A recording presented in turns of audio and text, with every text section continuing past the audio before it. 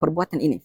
Maka Sayyidina Imam Ahmad bin Hanbal menjawab, la ba'sa bihi, tidak ada masalah. Tetapi orang-orang Wahabi mengatakan apa? Syirik. Subhanallah, mereka lebih alim daripada Imam Ahmad. Baik. Kemudian ada hadis Nabi yang melarang aktiviti.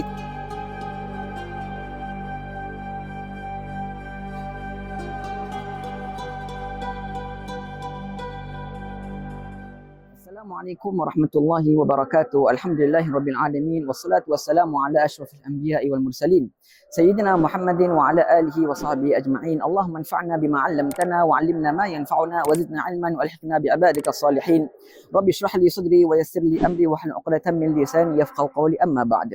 Tuan-tuan dan puan-puan yang dirahmati Allah sekalian, mudah-mudahan Allah Subhanahu wa taala menambahkan ilmu pengetahuan kita akan syariat Allah Subhanahu wa taala kepada kita, anak-anak kita dan semua yang kita cintai, dan semoga Allah Subhanahu wa taala selamatkan kita daripada fitnah akhir zaman.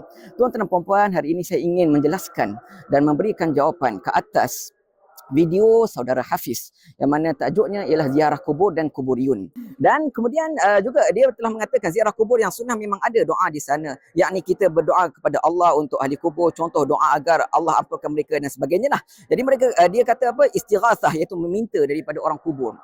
Tidak boleh.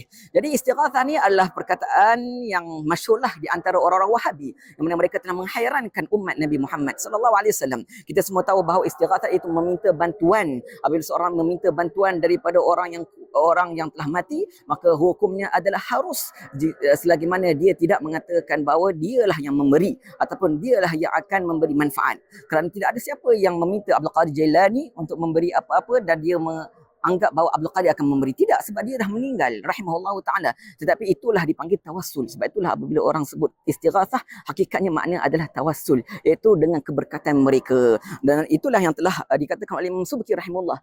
Masalah istighatsah ni memang tidak ada orang yang mengingkar akannya kecuali Ibn Taymiyah. Tidak ada ulama salaf ataupun khalaf. Baik. Kemudian kuburiyun berdoa untuk manfaat diri sendiri, membaca Al-Quran di kubur adalah khilaf. Baik.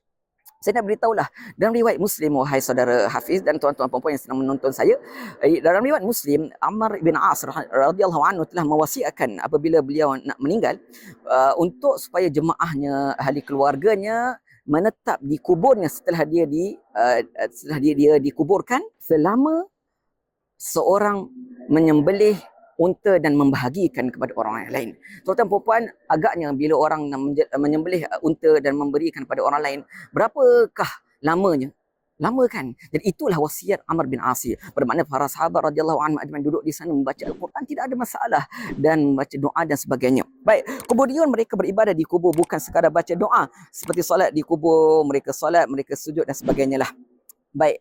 Saya tak nak sebutkan tentang masail yang telah disebutkan oleh saudara Hafiz secara terperinci. Kita tahu bahawa kubur ni ada dua jenis. Satu kubur yang digalikan kembali, dan satu lagi kubur yang menetap, tak akan yang kekal dan tidak digalikan kali kedua. Jadi dua jenis ni hukumnya telah disebut oleh ulama dalam fiqh. Baik.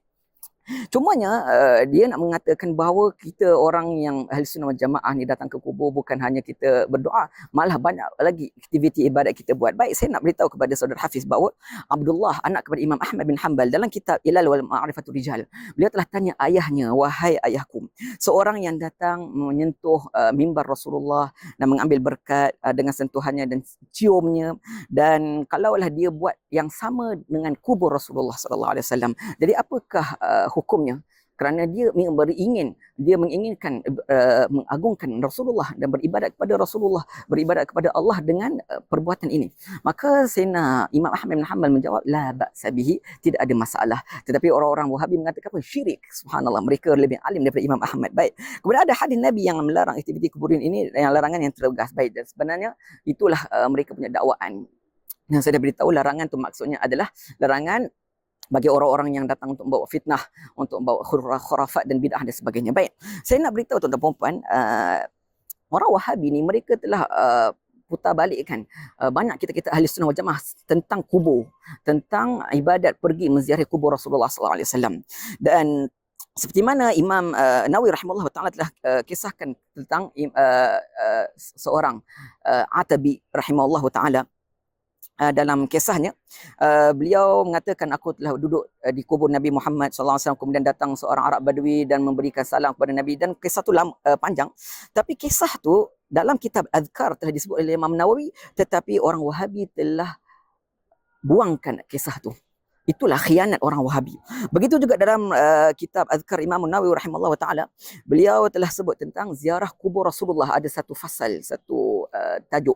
Tetapi mereka tukarkan fasal tu ataupun tajuk tu menjadi ziarah Masjid Rasulullah. Daripada ziarah kubur Rasulullah, mereka ubah jadi ziarah Masjid Rasulullah. Itulah khianat orang Wahabi, dan semoga Allah selamatkan kita daripada kefahaman mereka. Wa akhiru da'wana alhamdulillahi rabbil alamin.